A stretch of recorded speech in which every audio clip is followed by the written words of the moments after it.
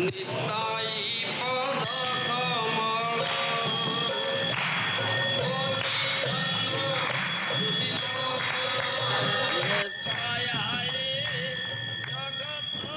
కృష్ణ. ఈరోజు నిత్యానంద త్రయోదశి. అయితే నిత్యానంద ప్రభు ఎవరు? త్రేతాయుగంలో శ్రీరామచంద్రుడు అడవులకి వెళ్తాడు. శ్రీరామచంద్రుడితో పాటు ఇంకెవరు వెళ్తారు? సీతాదేవి మరియు లక్ష్మణుడు. అయితే రాముడితో పాటుగా లక్ష్మణుడు వనవాసానికి వెళ్తాడు. 14 సంవత్సరాల అరణ్యవాసంలో లక్ష్మణుడు ఒక్కరోజు కూడా పడుకోడు. మొత్తము దినంలో ఏం చేస్తాడంటే శ్రీరాముడికి సీతామాతకి సేవ చేస్తాడు. పర్ణశాలలో వాళ్ళకి కావాల్సిన కూరగాయలు పండ్లు తీసుకొని రావడం, దాని తర్వాత రక్షించడం. రాత్రిపూట కాపలాగా ఉంటాడు. ఒక్క క్షణం కూడా లక్ష్మణుడు పడుకోడు. అయితే ఈ త్రేతాయుగంలో రాముడితో పాటు లక్ష్మణుడు ప్రతి క్షణం కూడా ఉంటాడు.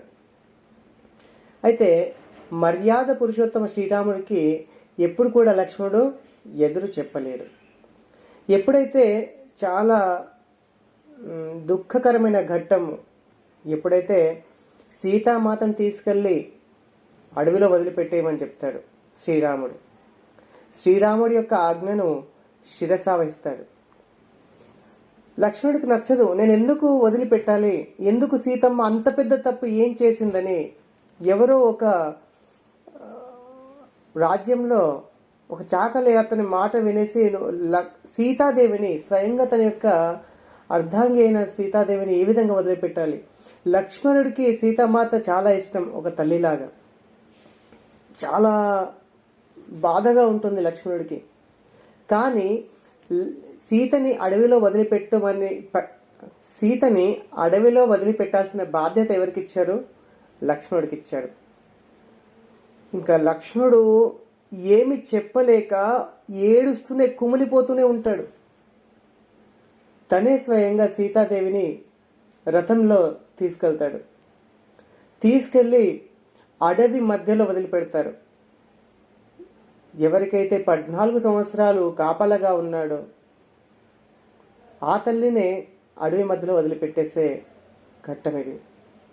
అప్పుడు అడవిలో అన్ని జంతువులు ఉంటాయి, ఎక్కడ వెళ్తారో తెలీదు.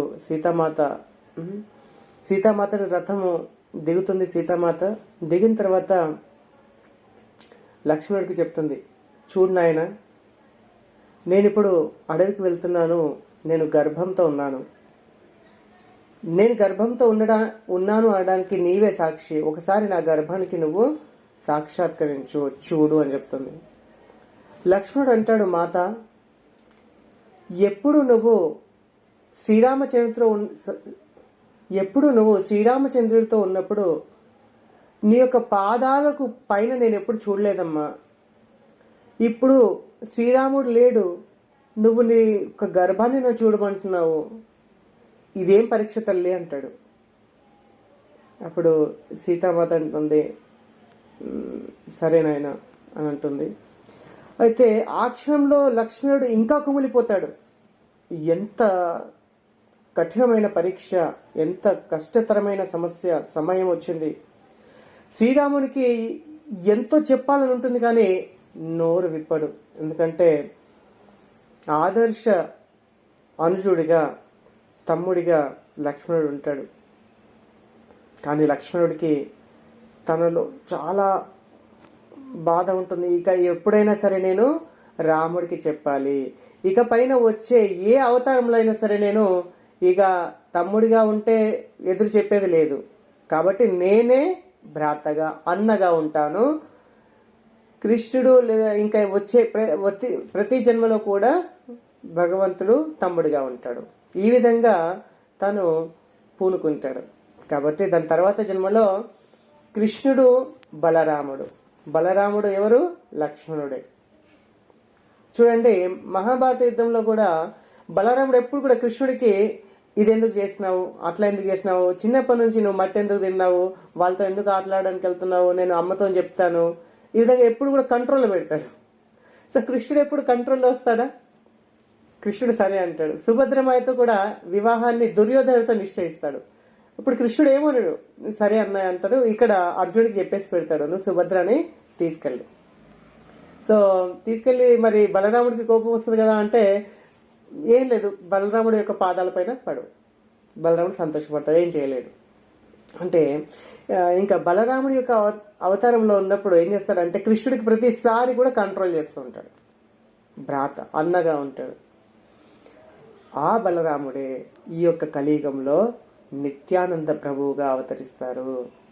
సో ఈరోజు చాలా శుభదినము, నిత్యానంద ప్రభు యొక్క ఆవిర్భావ తిథి. అయితే నిత్యానంద ప్రభు గురించి చెప్పాలి అంటే నిత్యానంద ప్రభు ఏకచక్ర ధామంలో జన్మిస్తారు. ఇది పశ్చిమ బంగాల్లో ఉంటుంది. ఏకచక్ర ధామంలో జన్మిస్తారు. వాళ్ళ యొక్క తల్లి పేరు పద్మావతి, తండ్రి పేరు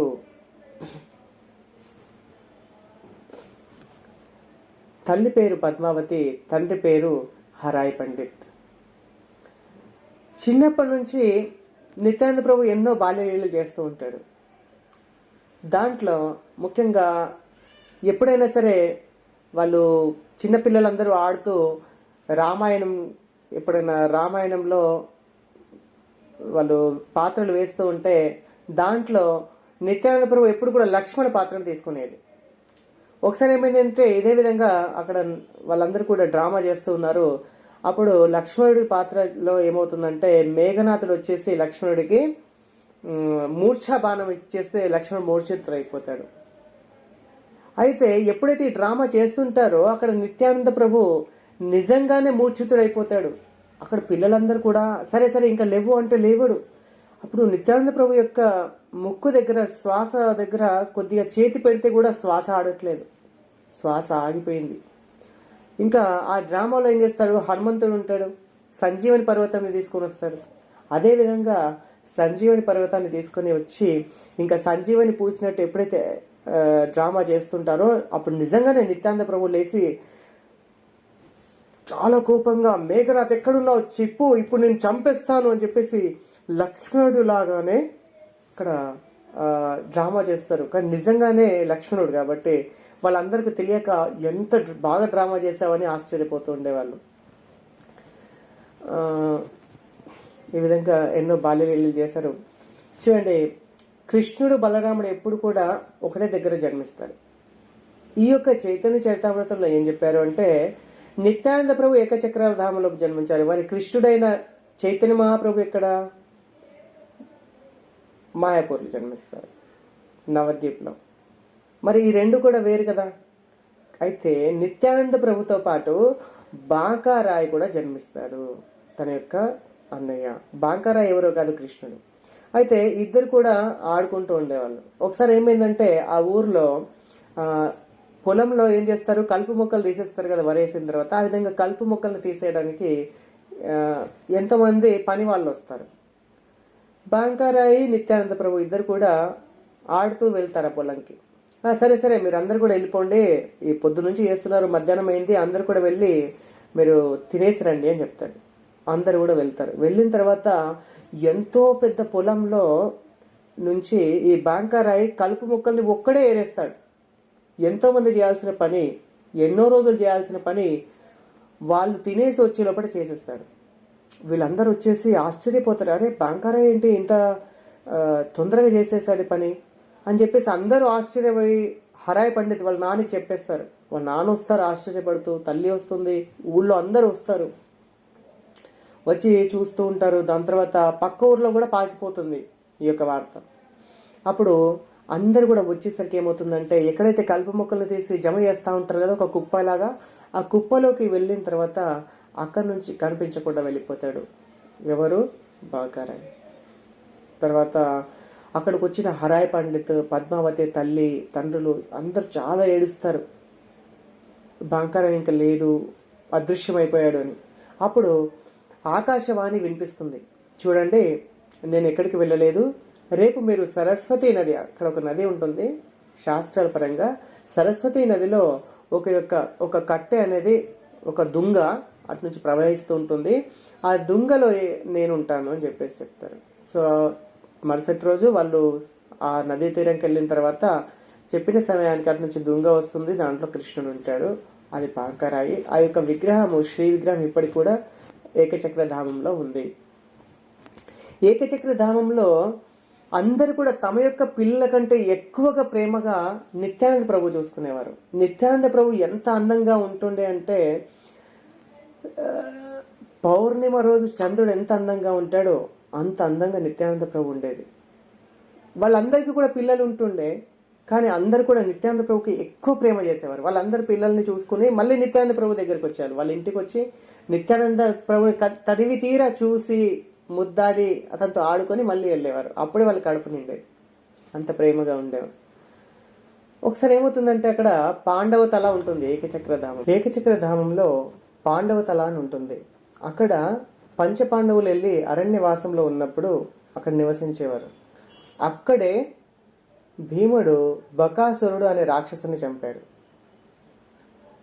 ఎప్పుడైతే భీముడు బకాసురుడితో యుద్ధం చేశాడో అప్పుడు అర్జునుడు భీముడికి ఏమైందో అని చెప్పేసి ఒక బాణాన్ని సంధిస్తాడు. అది నాగాస్త్రం. అయితే ఎప్పుడైతే ఈ బాణం అక్కడికి వెళ్తుందో ఆలోపే రాక్షసుడు చనిపోతాడు. కాబట్టి ఆ నాగాస్త్రంలో ఆ నాగరాజు ఏం చేస్తాడంటే అర్జునుడి దగ్గరకు వచ్చి, ప్రభు మీరు నన్ను పంపించారు కానీ వెళ్ళిన కార్యం జరగలేదు, కాబట్టి నాకు ఇప్పుడు నేనేం చేయాలి, ఎక్కడ ఉండాలి నేను అని అడుగుతారు. సో ఇక్కడే ఒక రంధ్రం ఉంది, అక్కడే నువ్వు నివసించు అంటారు. మరి నేను ఏ విధంగా నా యొక్క జీవనం నడపాలి, ఏం తినాలి నేను అంటే, ఇక్కడికి ఎవరైతే వస్తారో వచ్చే జంతువులు అందరినీ తినేసేను అంట. సరే అని పాండవుల నుంచి వెళ్ళిపోయినాక ఆ సర్పం అక్కడే ఉంటుంది. అయితే నిత్యానంద ప్రభుకి తెలుసు, చిన్నప్పటి నుంచి అటు సైడ్ వెళ్ళొద్దు అని చెప్తారు, అటువైపు వెళ్ళొద్దు, అటు ఒక పాము ఉంటుంది అని చెప్తారు. నిత్యానంద ప్రభు స్వయంగా సంకర్షణుడు, స్వయంగా అనంతశేషుడు, ఎన్నో పడగలున్నవాడు. వెళ్తాడు అక్కడికి. వెళ్ళిన తర్వాత అక్కడ సౌండ్ వస్తుంది, పాముది బుస్సు అని సౌండ్ వస్తుంది. ఏంటి సౌండ్ చేస్తున్నావు, సౌండ్ చేయొద్దు, ఆగిపో, ఇక్కడ అందరినీ నువ్వు భయపెట్టిస్తున్నావంట, ఇక్కడ నుంచి నువ్వు బయటకు వచ్చేది లేదు. ప్రభు అప్పుడు నాగరాజుకు అర్థమవుతుంది అనంతశేషుడని. ప్రభు మరి నన్ను ఇక్కడ ఉండమన్నారు, నేను ఏం తిని ఉండాలి అని అంటారు. ఇప్పటి నుంచి ఎవరైతే ఇక్కడ ఉన్న జనాలందరూ కూడా నిన్ను పూజ చేయడానికి వస్తారు, వాళ్ళు తీసుకొచ్చే భోగాన్ని అంతా కూడా నువ్వు తినేసేయి అని చెప్తాడు. అని చెప్పేసి ఆ రంధ్రానికి నిత్యానంద ప్రభు యొక్క చెవికి ఉన్న పోగుని తీసి అక్కడ పెడతాడు. ఆ చెవి పోగు పెద్ద పెద్దగా విస్తరించేసి పెద్ద బండలాగా తయారవుతుంది. ఇప్పుడు కూడా మనం వెళ్ళి అటువంటి ఆ బండ చూడొచ్చు. అప్పటి నుంచి నిత్యానంద ప్రభు ఏక కుండలిని ధరిస్తారు, ఒకటే ఒక చెవి పోగు ఉంటుంది. ఆ విధంగా నిత్యానంద ప్రభు ఎన్నో బాల్యలీలను చేస్తూ ఉంటాడు. అప్పుడు నిత్యానంద ప్రభుకి 12 సంవత్సరాల వయసు ఉన్నప్పుడు వాళ్ళ ఇంటికి ఒక సన్యాసి వస్తాడు. ఆ సన్యాసి ఎవరో కాదు, స్వయంగా చైతన్య మహాప్రభు యొక్క అన్న విశ్వరూపుడు ఎప్పుడైతే తన ఇంటిని వదిలి సన్యాసం తీసుకుంటాడో ఆ యొక్క విశ్వరూపుడు శంకరారణ్య అనే పేరును స్వీకరించి సన్యాసాన్ని స్వీకరిస్తాడు. అతను దేశమంతటా తిరుగుతూ ఏకచక్ర ధామంలో ఉన్న నిత్యానంద ప్రభు వాళ్ళ ఇంటికి వెళ్తాడు. ఆ ఊర్లో ఇంత పెద్ద సన్యాసి వచ్చినందుకు అందరు కూడా చాలా సంతోషపడతారు. అప్పుడు ఆ సన్యాసి నిత్యానంద ప్రభు వాళ్ళ ఇంటి గుమ్మం ముందట నిలబడతాడు. అప్పుడు వాళ్ళు వచ్చారు, రండి, మేము మా ఇంట్లోకి రండి అంటే, లేదు నేను మీ ఇంట్లోకి రాను. అదేంటే, మేము అతిథి మర్యాదలు చేయాలి కదా, మీరు సాధువు కదా అంటే, నాకు ఒక కండిషన్ ఉంది, నాకు ఒక షరతు. ఏంటిదంటే, నేను అడిగింది మీరు ఇవ్వాలి. ఇస్తాం ప్రభు. లేదు మీరు మీ దగ్గర ఉంది కానీ మీరు ఖచ్చితంగా ఇవ్వాలి దాన్ని. వాళ్ళు సందేహపడతారు, అంతలా ఉందా, సరే ఏదైనా సరే. ఇప్పుడు తనకి అంతరాత్మలో ఏం చెప్తుందంటే హరాయ్ పండిత్కి, ఒక సాధువు ఇంటికి వచ్చినప్పుడు తనకి మనము మర్యాదగా సేవ చేయకపోతే ఇంకా ఈ జన్మం యొక్క అర్థం ఏముంది, విశేషం ఏముంది అని చెప్పేసి పరమాత్మ చెప్తాడు. సరే మేము ఇస్తాము, మీరు రండి అంటారు. వాళ్ళ ఇంట్లో వెళ్ళి ఇంకా వాళ్ళు అతిథి మర్యాదలు చేసి మంచిగా కాళ్ళు కడిగి మంచి ప్రసాదం పెట్టేసి ఆ, కూర్చుంటారు. అప్పుడు చెప్పండి ప్రభు, మీకు ఏం ఇవ్వాలి మేము అంటారు. అప్పుడు ఆ సాధువు అంటారు, చూడండి నేను సన్యాసిని, దేశమంతటా తిరుగుతున్నాను, నాకు ఒక నాతో పాటుగా ఎవరైనా ఉండాలి కాబట్టి నాకు మీ అబ్బాయి కావాలి అంటే. ఏం అడిగినా ఇచ్చేవాళ్ళు, ధనం అడిగినా ఇచ్చేవాళ్ళు, ఆస్తి అంతా ఇచ్చేవాళ్ళు. వాళ్ళు వచ్చి ఆ ఊర్లోనే అందరికీ ప్రాణము, దాంట్లో తన తల్లిదండ్రులకి ఎక్కువ ప్రాణమైన నిత్యానంద ప్రభుని తను భిక్షగా అడుగుతున్నాడు. ఆ మాట వినంగానే హరాయ్ పండిత్ మొత్తం అవాక్ అయిపోయారు, షాక్ అయిపోయారు. వెళ్ళి తన భార్యకి చెప్పారు, చూడు పద్మావతి, సాధువుకి నేను మాట ఇచ్చాను, మరి తనకి నిత్యానంద ప్రభుని అడుగుతున్నారు అని. అప్పుడు పద్మావతి అంటుంది, ప్రభు మీరు ఏం చేసినా సరే నేను దానికి సమ్మతిస్తాను అని. సరే అని ఒప్పుకుంటారు నిత్యానంద ప్రభుని భిక్షగా ఇవ్వడానికి. అప్పుడు నిత్యానంద ప్రభుని తీసుకొని ఆ సన్యాసి ఇంట్లో నుంచి వెళ్తాడు. ఇంకా నిత్యానంద ప్రభు తిరిగి రాడు. ఈ విషయం తెలిసిన పద్మావతి అక్కడే నిలబడి నిత్యానంద ప్రభు ఇట్లా వెళ్తూ వెళ్తూ ఉంటే చివరి వరకు ఎప్పటి వరకైతే కనిపిస్తారో అప్పటి వరకు చూసి చూసి చూసి ఏడుస్తూ ఏడుస్తూ అలాగే పడిపోతారు, మూర్ఛైపోతారు. హరాయ్ పండిత్ కూడా ఎంతో దుఃఖంతో ఉంటారు. ఊర్లో అందరు వస్తారు, ఊర్లో అందరు కూడా ఏడుస్తారు. అందరు ఊరు అంతా కూడా వెళ్తుంది, నిత్యానంద ప్రభు ఇంకా మనకి రాడు, తిరిగి రాడు అని ఊరి చివరి వరకు అందరు కూడా వెళ్తారు సాగదంపడానికి. ఆ విధంగా నిత్యానంద ప్రభు ఊర్లో నుంచి వెళ్ళిపోతాడు. ఆ విషయాన్ని తలుచుకొని పద్మావతి కొన్ని నెలలకు చనిపోతుంది, శరీరం వదిలేస్తుంది. హరాయ్ పండిత్ కూడా శరీరం వదిలేస్తాడు. అయితే హరాయ్ పండిత్కి తెలుస్తుంది, విశ్వామిత్రముని కూడా రామలక్ష్మణ్ని తీసుకోవడానికి వస్తారు. దశరథ మహారాజు యొక్క పరిస్థితి హరాయ్ పండిత్కి వచ్చిందని తెలిసి హరాయ్ పండిత్ కూడా ఎంతో దుఃఖపడి తర్వాత శరీరాన్ని వదిలేస్తారు. ఈ యొక్క విశ్వరూపుడు శంకరారణ్య సన్యాసి నిత్యానంద ప్రభుని మొత్తం ప్రతి తీర్థయాత్రకి తీసుకెళ్లి దర్శనం చేయిస్తూ ఉంటారు తనతో పాటుగా అసిస్టెంట్గా. అలా వెళ్తూ వెళ్తూ ఏమవుతుందంటే పండర్పూర్ ధామంలో వెళ్ళినాక అక్కడ ఉన్న నదిలో విశ్వరూపుడు ఈ శంకరారణ్య సన్యాసి శరీరాన్ని వదిలేస్తారు. వదిలేసి తన యొక్క ఎక్కడ అంటే నిత్యానంద ప్రభులో కలిసిపోతాడు. అయితే ఈ యొక్క సన్యాసి ఎవరు? చైతన్య మహాప్రభు వల్ల అన్నయ్య. ఎక్కడికి వెళ్ళాడు? నిత్యానంద ప్రభు యొక్క శరీరంలోకి వెళ్ళాడు. ఇప్పుడు నిత్యానంద ప్రభు ఏం చేస్తారంటే మొత్తం భ్రమణం చేస్తూ ఉంటారు, బృందావన్కి వెళ్తారు. అక్కడ మాధవేంద్రపురిని కలుసుకుంటారు.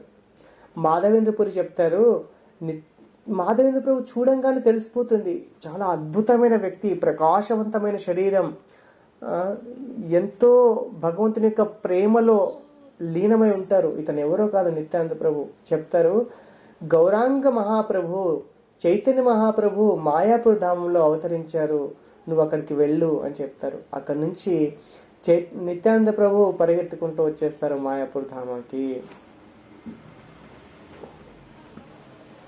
నిత్యానంద ప్రభు ఎప్పుడైతే మాయాపూర్ ధామంకి వస్తారో అక్కడ నందనాచార్యుల యొక్క ఇంట్లో ఉంటారు. ఈ విషయం చైతన్య మహాప్రభుకు తెలుస్తుంది. అయితే చైతన్య మహాప్రభు దగ్గర ఎప్పుడు అద్వైతాచార్యులు శ్రీవాస్ పండిత్ ఉండేది, హరిదాస్ ఠాకూర్. అద్వైతాచార్యులు హరిదాస్ ఠాకూర్ ఇద్దరు ఉండేది. వాళ్ళిద్దరు కూడా చెప్పి పంపిస్తారు హరిదాస్ ఠాకూర్ శ్రీవాస్కి, వాళ్ళిద్దరికి చెప్పి పంపిస్తారు. చూడు, ఇద్దరికి పిలుస్తారు. పిలిచి ఏమంటారంటే, చూడు శ్రీవాస్, చూడు హరిదాస్ ఠాకూర్, ఇద్దరు కూడా నాకు నిన్న ఒక కళ పడింది. ఆ కళలో ఒక పెద్ద శరీరం ఉన్న వ్యక్తి, తెల్లగా ఉన్నాడు, శ్వేత వస్త్రాలు ధరించి నీల వస్త్రాలు ధరించాడు, తన యొక్క రూపము తెల్లగా ఉంది. తను తాళధ్వజ అనే రథంలో చాలా గంభీరంగా వస్తూ దిగాడు మన మాయాపూర్ ధామంలో. మీరు వెళ్ళి అటువంటి మహాపురుషుని తీసుకొని రండి అని చెప్తారు. హరిదాస్ ఠాకూర్ ఎవరు? బ్రహ్మ. శ్రీవాస్ ఎవరు? నారదుడు. బ్రహ్మ మరియు నారదుడి యొక్క వాళ్ళు శక్తి. వాళ్ళందరూ కూడా మాయాపూర్ ధామంలో తిరుగుతారు. ఎక్కడున్నారు ఇటువంటి మహాపురుషుడు అని తిరుగుతారు, వాళ్ళకి దొరకరు. దొరకకపోతే స్వయంగా చైతన్య మహాప్రభుయే పదండి నేను కూడా వస్తాను మీతో వెతుకుతాను అని వెళ్ళి మహాప్రభు నందనాచార్యుల యొక్క ఇంట్లో నిత్యానంద ప్రభువును చూసి ఒకరినొకరు చూసి కౌగిలించుకుంటారు. అప్పుడు నిత్యానంద ప్రభువు చైతన్య మహాప్రభు కలుస్తారు. ఇంకా నిత్యానంద ప్రభువుని చెప్తారు, ఇక నుంచి మీరు శ్రీవాస్ వాళ్ళ ఇంట్లో ఉండాలి అని. శ్రీవాస్ వాళ్ళ భార్య పేరేంటి? మాలిని. మాలిని మాత గొప్ప తల్లి భావాన్ని కలిగి ఉంటుంది. నిత్యానంద ప్రభుని అవధూత్ అంటారు. అవధూత్ అంటే ఒక నియమ నిబంధనలు అంటే ఏముండవు. ఒకరోజు వాళ్ళు జుట్టు ఉంటుంది, ఒకరోజు ఉండదు. ఒకరోజు బట్టలు వేసుకుంటారు, ఒకరోజు బట్టలు వేసుకోరు. మనం చూస్తే గౌర్ కిషోర్ దాస్ బాబాజీ మహారాజ్ కూడా ఎక్కడైతే మరుగుదొడ్డు ఉంటుందో దాంట్లో వెళ్ళి జపం చేసేవారు. ఏదైతే మనకు తువ్వాల ఉంటుందో దాంతో ముడలేసి జపం చేసేవాళ్ళు. వాళ్లకు ఏమీ అడ్డు అదుపు అనేది ఉండదు. వాళ్ళు కంప్లీట్గా ఆత్మస్థరంలో ఉంటారు పూర్తిగా.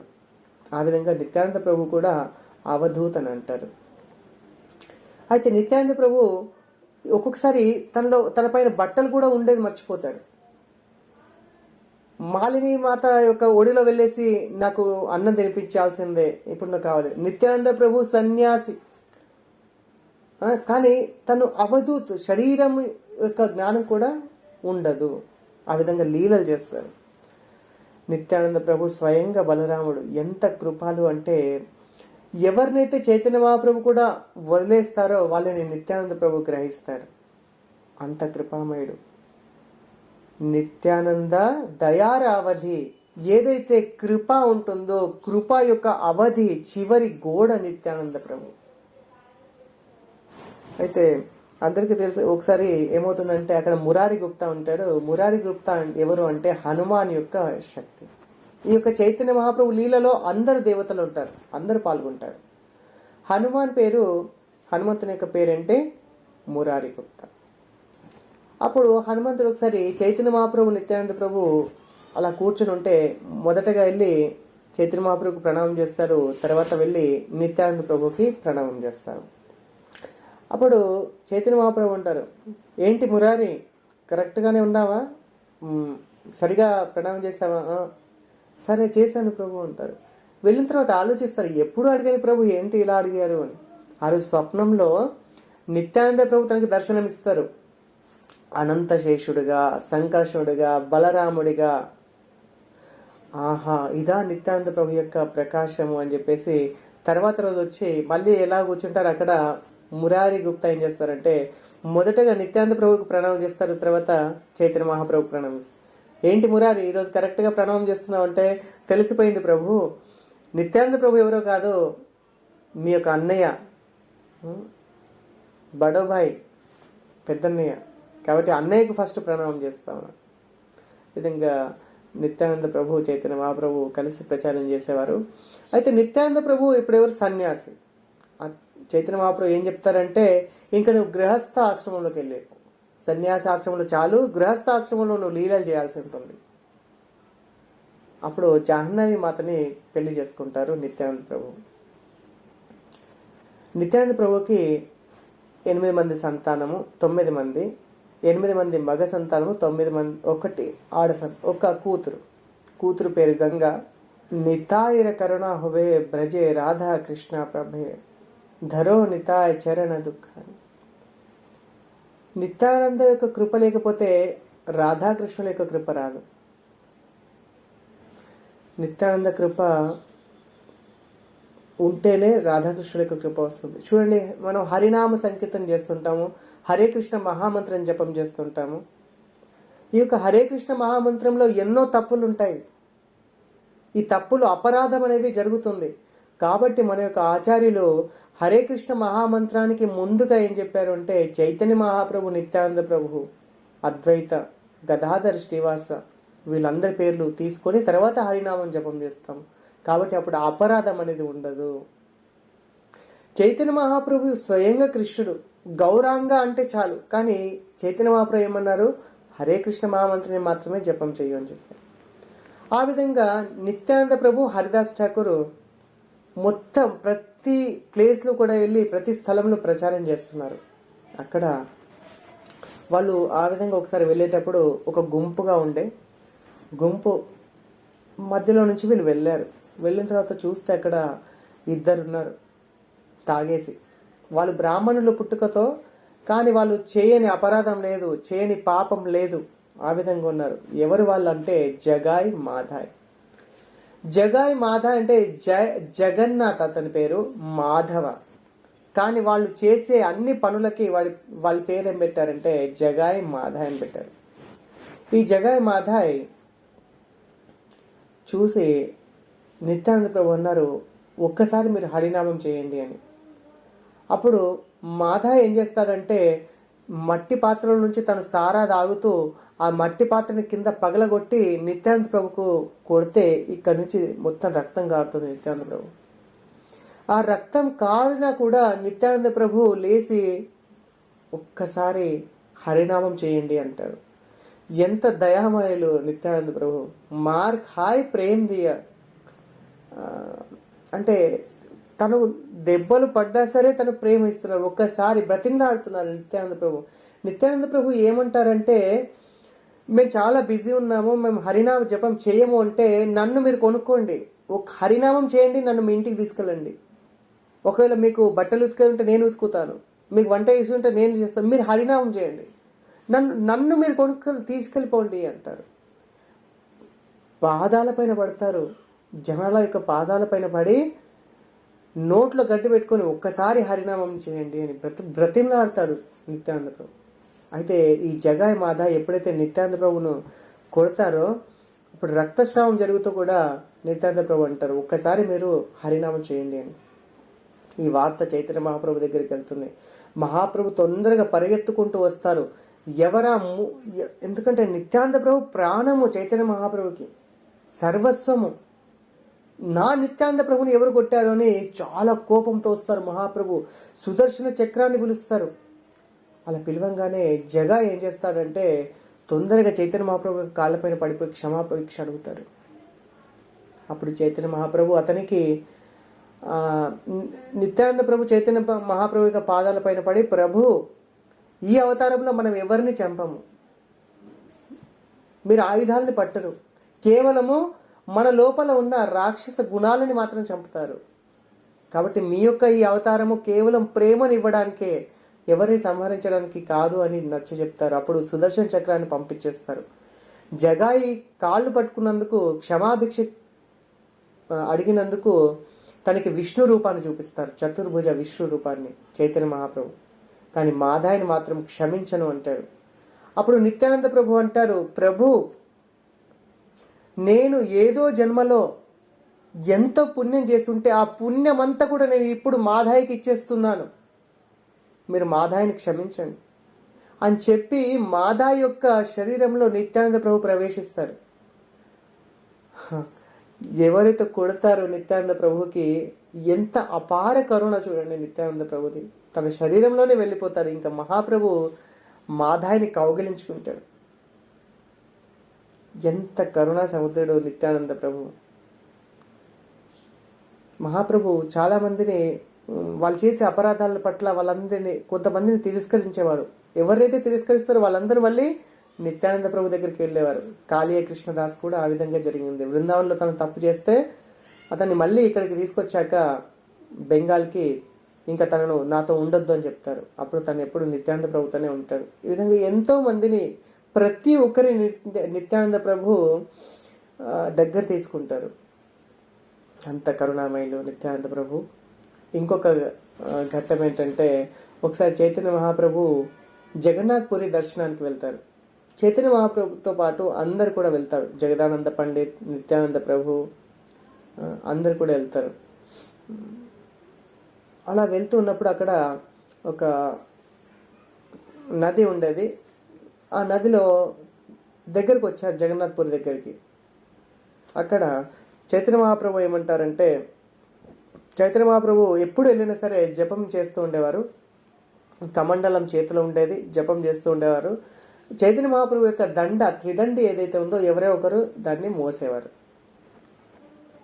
అప్పుడు చైతన్య మహాప్రభు ఆ యొక్క దండని నిత్యానంద ప్రభుకి ఇస్తారు. నిత్యానంద, ఈ త్రిదండని నువ్వు పట్టుకో. ఆ త్రిదండి అంటారు కదా, ఆ త్రిదండిలో దేవతలు అందరూ కూడా ఉంటారు. ఒక సన్యాసికి ఒక ఇల్లు ఉండదు, నా అనే వాళ్ళు ఎవరు ఉండరు. కేవలము ఆ త్రిదండి మాత్రమే వాళ్ళ సర్వస్వం. త్రిదండిలో సకల దేవతలు కూడా ఉంటారు. అయితే ప్రజలు ఎప్పుడైతే ప్రణామం చేస్తారో సాధువుకి, త్రిదండిని కూడా ప్రణామం చేస్తారు. దాంట్లో దేవతలు అందరూ ఉంటారు. సో దాన్ని నిత్యానంద ప్రభుకి ఇస్తారు. నేను వెళ్ళి స్నానం చేసి వస్తాను అని చెప్తారు. అప్పుడు నిత్యానంద ప్రభు అంటారు, ఆ త్రిదండిని చూసి, చూడు,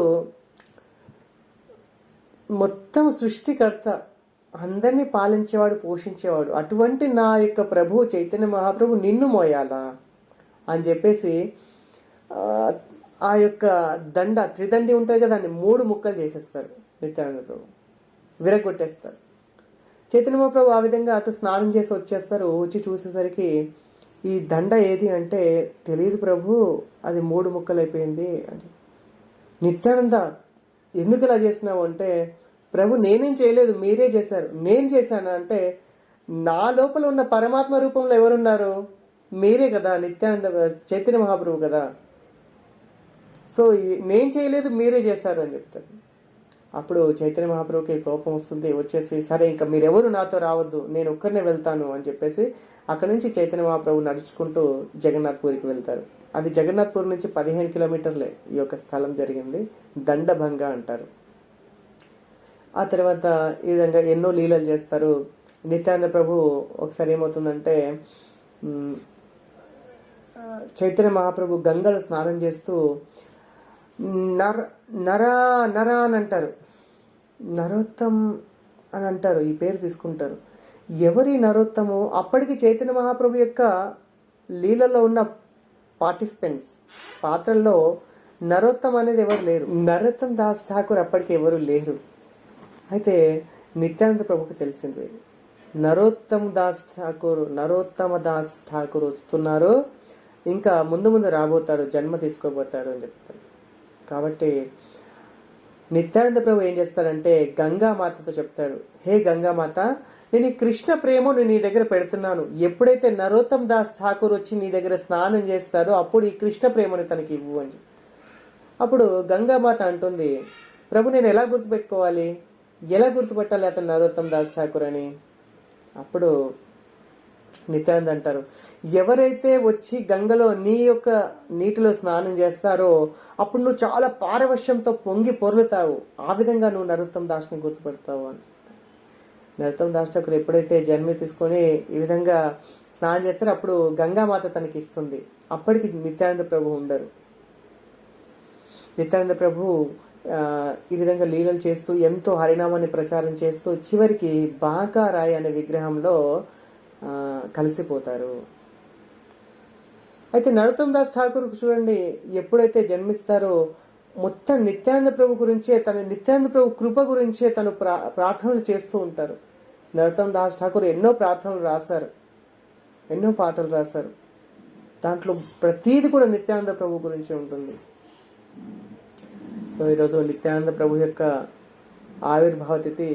నిత్యానంద ప్రభు యొక్క కృప మనందరికీ రావాలి, భక్తులు అందరూ కూడా దృఢంగా ఉండాలని ప్రార్థిద్దాము. హరే కృష్ణ.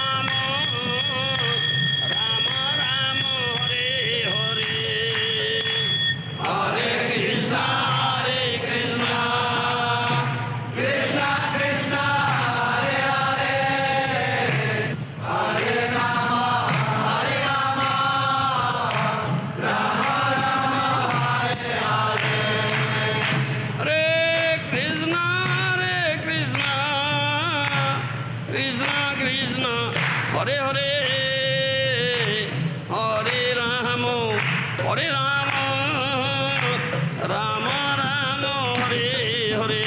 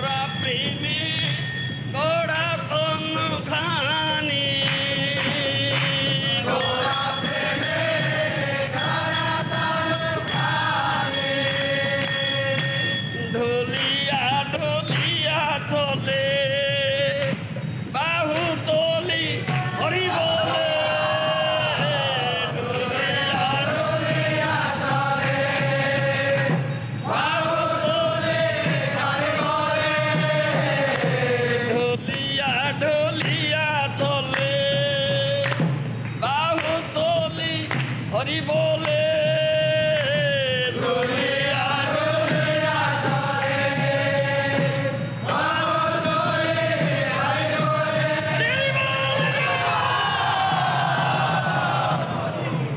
দুলিয়া দুলিয়া চলে বাহু তোলি হরি বলে